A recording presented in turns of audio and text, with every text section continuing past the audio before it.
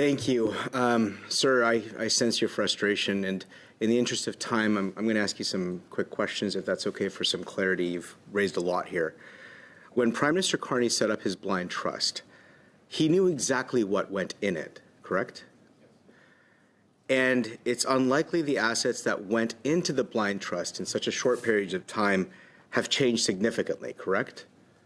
Ethics Commissioner von Finkenstein acknowledged that most trustees will not change the holdings. So I agree with that. They won't. And even if they did, they're going to be investing in big businesses in Canada, and you're going to know they're investing in big business Canada. I mean, we have conglomerates of industry sectors that are dominated by big businesses, and you're going to be invested in them because that's what everyone invests in Canada. I spent some time in the investment world before I put my name on a ballot.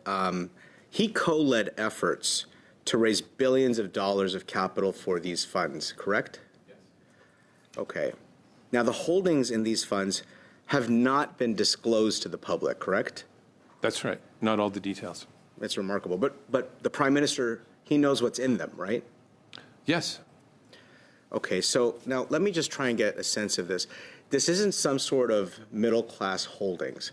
These aren't modest savings of somebody who is making their way through the world. These are millions of dollars to our best estimation, correct? Yes, according to the best estimate of including the value of the stock options. And would you say the Prime Minister is entitled to future carried interest payments based on the performance of those funds, correct? I wouldn't say the infamous phrase that he's entitled to his entitlements, but yes, he is entitled to that and to the value of the stock options when they eventually mature in 2033, 2034. It's a remarkable throwback. I appreciate that very much, sir. Let me ask this. In New York, when the Prime Minister was there just last week, he met with a variety of investment managers, all who are implicated in funds that he holds. That places him in a pretty precarious position of conflict, correct? Yes. Now, if it's highly likely that Mark Carney's Liberal government has made or will make publicly policy decisions that will impact the success of the holdings in these funds, Canada is at risk of entering a massive conflict of interest scenario, correct? Canada's policymaking process, yes, because of the central role of the Prime Minister, who is the boss over all policymaking processes in the end. So, Mr. Conacher, shouldn't the Prime Minister be absolutely required to disclose the assets that exist within these funds? Yes, there should be full disclosure, but it doesn't. It adds a bit of transparency, but it doesn't resolve the conflict of interest. Transparency is transparency, and removing a conflict of interest is removing a conflict of interest. The one does not do the other. You know, it's a devastating indictment that you've laid out here in terms of the risk that the Prime Minister is in. Have you, in your research, because it's very well documented, have you been able to identify another Prime Minister who might have been anywhere remotely close to this level of conflict?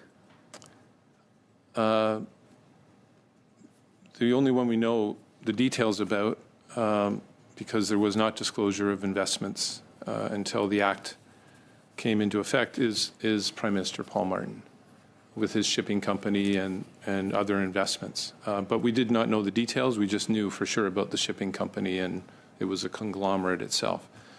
But otherwise, no. Again, because of secrecy in the past, we don't know of any Prime Minister being in this kind of position.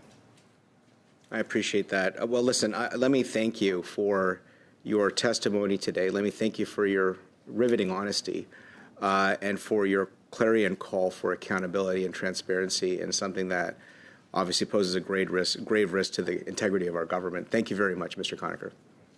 Thank you, Mr. Majumdar. Recusal. Let's say that it happens 1% of the time. Recusal itself, in the case of the ethics screen that the commissioner implemented, so it's managed by the clerk of the Privy Council, chief of staff, that recusal is not the same recusal of a simple minister.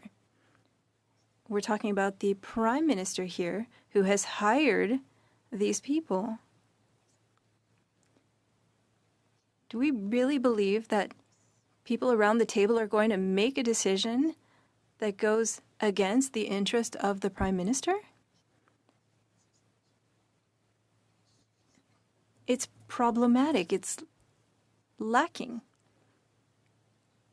A minister might have a conflict of interest because they have a company that participated in a call for tender or made a submission, but the Prime Minister is in the room. And if he believes that there is a conflict of interest, and to protect from the appearance of a conflict of interest, well, it won't happen. But in this case, we're talking about the person who makes all decisions, all political decisions. He just arrived, and he just implemented a whole hallway of potential conflict of interest. Should we not be more stringent regarding the position of Prime Minister? What is recusal even worth? Yes, it is a difficult problem when it is the Prime Minister because of the number of people that serve at the Prime Minister's pleasure. And even if the Prime Minister recused himself, people would know what his interest is, mostly because of the disclosure. And would they go against him?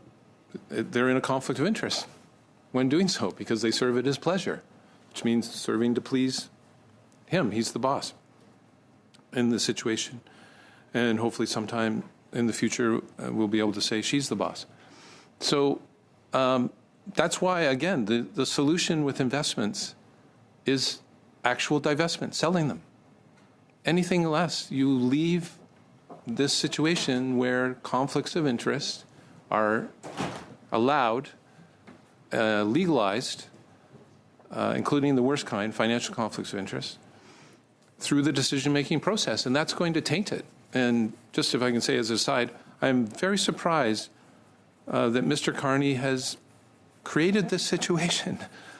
He could have cashed out his investments. He would have still had millions. He would be fine for the rest of his life, invest in GICs and government bonds. And instead, he's created a situation where pretty much every week, someone in the House can stand up and ask, did you participate in this decision? Because you have an interest in it. And why would he want every single policy and decision that he's making be tainted by this, when he could have easily removed the problem in the only effective way that it can be removed, as again was recommended by a federal government task force in '84 and in '87, and ignored ever since. Oui, vous parlez de... You talked about the Parker Commission and the Star and Sharp Task Force.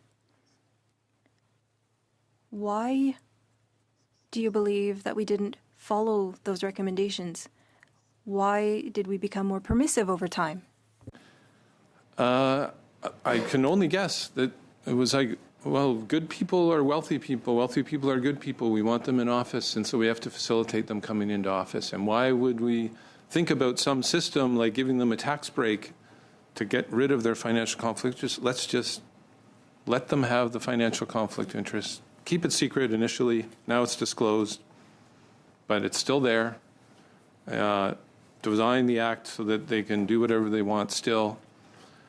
What can I say? Politicians write the rules for themselves. They wrote rules that work for themselves, where they can profit from their decisions. And no party has stood up and said, stop it for everyone, because it has to be also for opposition party leaders who are almost as powerful in a minority government, can introduce bills that can pass, because opposition parties hold the majority of seats in a minority parliament. It has to be on a sliding scale, but you have to, for everyone, remove these financial conflicts of interest if they have any decision-making power at all.